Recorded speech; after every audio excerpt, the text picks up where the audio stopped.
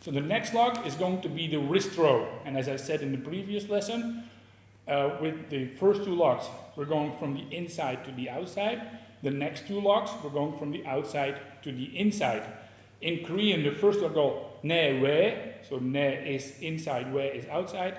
So the other two is we ne. And then we usually call them ne we gi bob and we ne gi bob. Yeah, ne we or we ne can be a little bit confusing sometimes. The lock in this case is your wrist gets turned outside and it is completely straight. And by doing this, you also lock the body on the front side. Okay, so let's look at the third lock, the wrist throw. David? We're going to start in the offensive fashion again.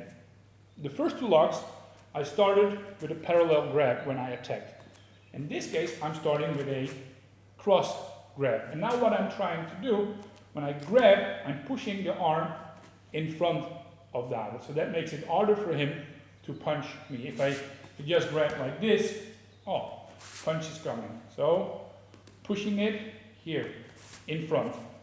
Grab with my other hand as well. Move my shoulder down. And now I'm twisting here. If I stay here, nothing is going to happen. So I have to pull David down here. And then David can make a roll. So one more time. So I'm grabbing here.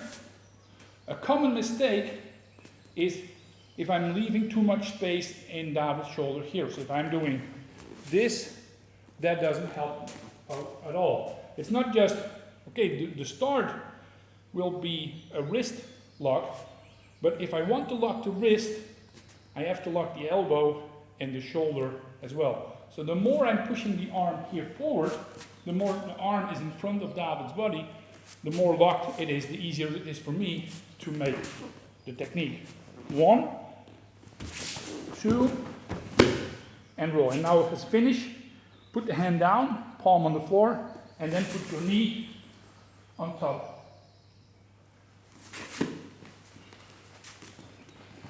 So this is a very important concept to understand. We've talked about balance a little bit before. If you look at the joints as connections, then if I want to lock the joint, but its center is here, then in between the center and his wrist, there are a lot of connections. There's also a lot of space for him to maneuver around. So if I want to lock this, I have to lock the elbow and the shoulder as well. So I'm grabbing here, 1, up. Sometimes I'm trying to lock the wrist here a little bit. 1, 2. Another thing, so not too high. Usually all you need is about 45 degrees here. So 1, 2, and now take it not just down here, but also back. David makes a roll, and I'm locking. Now let's look at the same lock in a defensive way. Again, parallel wrist grab. So I can do a direct grab, 1, up. And now that locking of the wrist actually comes in handy. 1, 2, 3, and down. For advanced students, there's also an advanced way of falling. And then usually I have to do it a little bit faster and harder. I can direct grab. A counter grab in this technique is a little bit difficult, but you can if you want to here. So then you're over, grab, in, and down, like that. So let's look at the counter grab. A little bit closer, please.